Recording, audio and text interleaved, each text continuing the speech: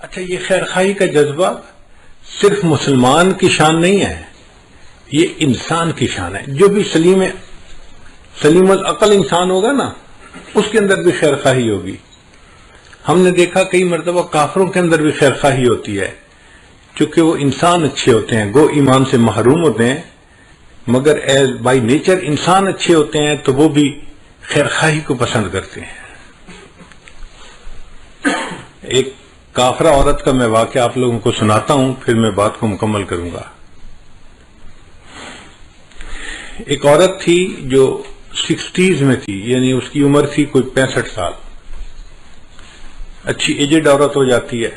وہ ریٹائر ہوئی تو اس کو $4-5 لاکھ پروویڈنٹ فنڈ ملا، بینیفٹس ملے جو ریٹائرمنٹ کے ہوتے ہیں، اور وہ اپنی ریٹائرمنٹ لائف گزار رہی تھی.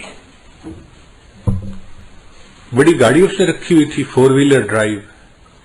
ایک دفعہ وہ سفر سے کہیں سے آ رہی تھی کہ اچانک اس کی گاڑی کا ٹائر پنکچر ہوا تو اس کو گاڑی ایک طرف کو پل کرنی پڑی. اب وہ گاڑی سے باہر نکلی، اس نے دیکھا کہ ٹائر پنکچر ہو گیا ہے تو ٹائر بدلنا پڑے گا.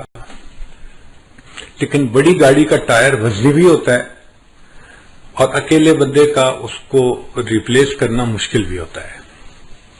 پھر وہ تو عورت ذات تھی، عورت کمزور ہوتی ہے، نہیں کر سکتی. تو وہ کھڑی سڑک کے کنارے آنے والی گاڑیوں کو روک رہی تھی کہ کوئی بندہ رکے اور میری ہیلپ کر دے. اور چونکہ دن کا ٹائم تھا، سورج خوب گرمی برسا رہا تھا، لوگ مصروف تھے، تو آنے والی گاڑی تیز آ رہی تھی اور جا رہی تھی، کوئی رک نہیں رہا تھا. گڈ 1 آور اس عورت کو دھوپ کے اندر کھڑا ہونا پڑا. اب 1 گھنٹہ دھوپ میں کھڑا ہونے کی وجہ سے اس کو پسینہ بھی آیا ہوا، اور اس کی جلد جو تھی وہ ایسے سرخ ہو گئی جیسے جلد جل جاتی ہے گرمی کی وجہ سے. برا حال گرمی سے اس کا، اور کوئی اس کی مدد کے لیے رک نہیں رہا، تو پریشان بھی بڑی تھی. بڑی دیر کے بعد ایک لڑکا تھا جس کی عمر 30s میں تھی، یعنی 30-32 سال اس کی عمر تھی لڑکے کی. اس نے گاڑی کو روکا اور اس نے پوچھا کہ آپ نے مجھے کیوں روکا ہے؟ اس نے مجھے آپ کی ہیلپ چاہیے، آپ میرا ٹائر بدلوانے میں مدد کر دیں تو میں بھی چل پڑوں گی. لڑکے نے گاڑی روکی، باہر آیا. اس نے عورت کو دیکھا کہ بھئی اس کو اتنا پسینہ آیا ہوا ہے اور دھوپ میں کھڑے رہنے کی وجہ سے حالت اس کی بری ہوئی ہے. تو اس نے اس کو کہا کہ دیکھیں، میری گاڑی کا AC چل رہا ہے، آپ گاڑی کی اگلی سیٹ پہ جا کر بیٹھ جائیں AC میں، آپ کو پسینہ بھی خشک ہو جائے گا اور آپ کو تھوڑا آرام بھی مل جائے گا. اور میں نوجوان ہوں، میں اکیلا یہ ٹائر چینج کر لیتا ہوں، میرے لیے کوئی مسئلہ نہیں. چنانچہ وہ عورت اس کی گاڑی میں اگلی سیٹ پہ آ کے بیٹھ گئی اور لڑکا اس عورت کی گاڑی کا ٹائر چینج کرنے لگ گیا. اب یہ عورت جب ذرا ٹھنڈی جگہ پر بیٹھی، طبیعت بحال ہوئی، تو اس نے دیکھا کہ لڑکا بہت مشقت کے ساتھ گاڑی کا ٹائر چینج کر رہا ہے.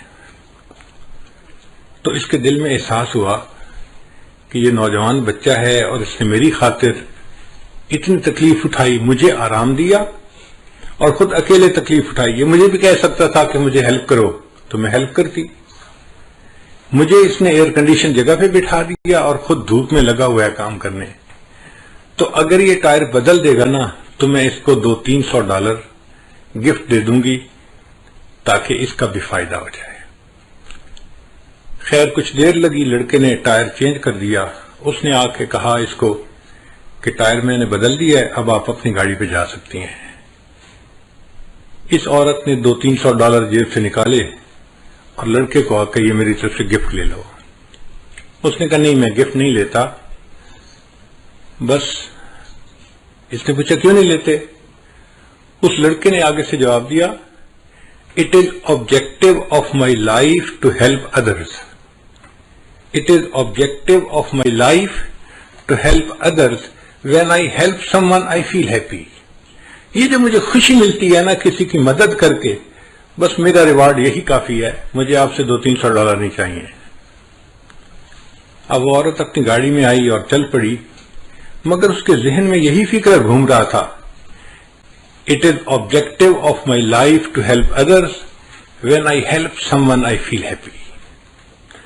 اور وہ سوچ رہی تھی کہ دنیا میں ایسے بھی انسان ہوتے ہیں کہ جو دوسروں کی ہیلپ کر کے خوش ہوتے ہیں۔ حیران ہو رہی تھی۔ اب گاڑی جب اس نے چلائی، تھوڑی دیر بعد اس کو فیل ہوا کہ مجھے تو بہت پیاس لگی ہوئی ہے اور بھوک بھی لگی ہوئی ہے۔ اس نے سوچا اچھا جو نیکسٹ ایگزٹ آئے گا نا تو میں اس پہ گاڑی کو باہر نکالوں گی موٹر وے سے، اور جو ریسٹورینٹ ملا اس پہ میں کھانا کھاؤں گی اور پھر سفر شروع کروں گی۔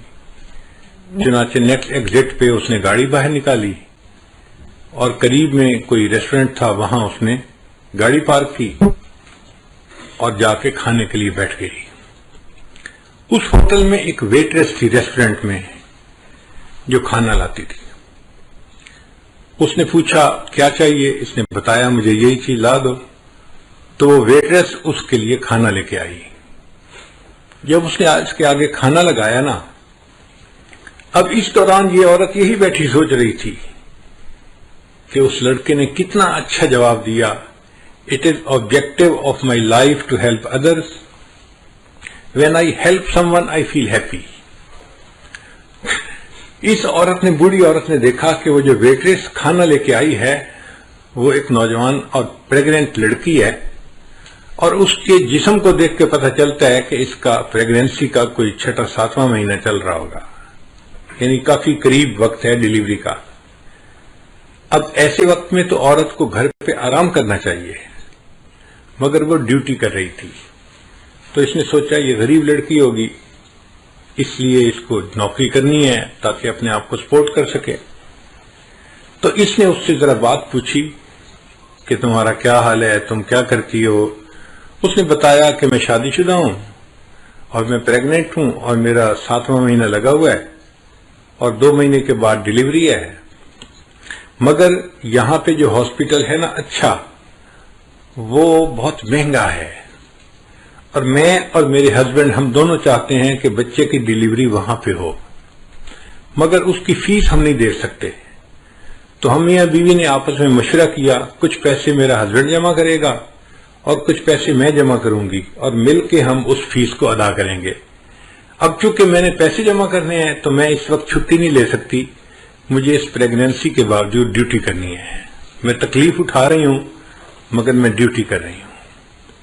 اب اس عورت کے ذہن میں خیال آیا کہ میرے پاس تو ریٹائرمنٹ کے کوئی $500,000 بینک میں پڑے ہوئے ہیں، اب $500,000 فالتو پڑے ہیں، اگر میں اس لڑکی کو اس کے ڈیلیوری کے اس کی فیس دے بھی دوں تو مجھے کوئی فرق نہیں پڑتا، مگر اس کے لیے آسانی ہو جائے گی اور یہ بچی اپنے گھر پہ آرام کرے گی۔ اس نے اس سے پوچھا کہ ہاسپٹل کی فیس کتنی ہے؟ اس نے کہا جی $5,000۔ اس نے $5,000 کا چیک لکھا اور ایک لفافے میں ڈال کے نا کھانا کھانے کے بعد اس ویٹریس کو ٹپ دی اور کہا کہ یہ میری طرف سے گفٹ ہے، لیکن اس کو آپ نے یہاں نہیں کھولنا، گھر جا کے کھولنا ہے۔ اس نے جیب میں ڈال لیا، ٹھیک ہے میں گھر جا کے کھولوں گی۔ اب یہ بوڑھی عمر کی عورت اپنے گھر واپس آ گئی اور وہ نوجوان ویٹریس جو تھی وہ اپنے گھر گئی ڈیوٹی کے بعد۔ جب گھر گئی تو اس کا ہسبینڈ جو تھا وہ ایک بزنس ٹرپ پہ گیا ہوا تھا دوسرے شہر، اور وہ واپس آ چکا تھا۔ چنانچہ اس ویٹریس نے اپنے گھر میں کھانا لگایا اور خاوند کے ساتھ بیٹھ کے کھانا کھانے لگی۔ اب کھانے کے دوران دونوں میاں بیوی آپس میں ڈسکس کرنے لگے کہ کتنا ٹائم رہ گیا بچے کی ڈیلیوری کا۔ اس نے بتایا کہ الٹرا ساؤنڈ کرنے والی ڈاکٹر نے اس تاریخ کو بچے کی ڈیلیوری کا ٹائم بتایا ہے۔ تو خاوند نے کہا کہ اچھا پھر ہمیں پیسے تیار رکھنے چاہیے، چونکہ ہاسپٹل والوں کو تو پہلے پیمنٹ کرنی پڑتی ہے پھر وہ بندے کو ایڈمٹ کرتے ہیں، تو کیا تمہارے پاس پیسے جمع ہو گئے؟ لڑکی نے کہا ہاں میرے پاس بھی کچھ پیسے جمع ہو گئے ہیں، تو میں بھی کنٹریبیوٹ کروں گی، آپ بھی کریں گے اور ہم دونوں مل کے بل پے کر دیں گے۔ اس دوران اس لڑکی کو خیال آیا کہ آج ایک عورت کھانا کھانے آئی تھی اور اس نے مجھے گفٹ بھی دیا تھا، تو اس نے اپنے ہسبینڈ کو بتایا کہ آج ایک عورت نے مجھے گفٹ دیا تھا۔ اس نے پوچھا کیا گفٹ دیا تھا؟ اس نے کہا پتہ نہیں، وہ لفافہ جیب میں ہے، کپڑے میں. اس نے کہا لے آؤ. تو وہ نوجوان لڑکی گئی اور جیب سے وہ لفافہ لے کے آئی اور اس نے اپنے خاوند کو پکڑا دیا. اب جب خاوند نے اس لفافے کو کھولا تو اس کے اندر $5000 کا ایک چیک تھا. اب نوکری پیشہ بننے کے لیے یہ ایک بگ اماؤنٹ ہوتی ہے امریکہ میں. $5000 گفٹ مل جائے لوگ تصور بھی نہیں کر سکتے. تو وہ لڑکا حیران ہو گیا کہ اچھا اس عورت نے تمہیں $5000 یعنی فل پیمنٹ جو تھی کیس کی وہ فل گفٹ کر دی. تو لڑکی نے کہا جی ہاں اس نے یہ گفٹ دیا ہے. تو لڑکے نے جب وہ چیک پڑھا نا تو اس چیک کے ساتھ ایک چھوٹی سی چٹ بھی لکھی ہوئی تھی اور اس چٹ کے اوپر لکھا ہوا تھا It is objective of my life to help others.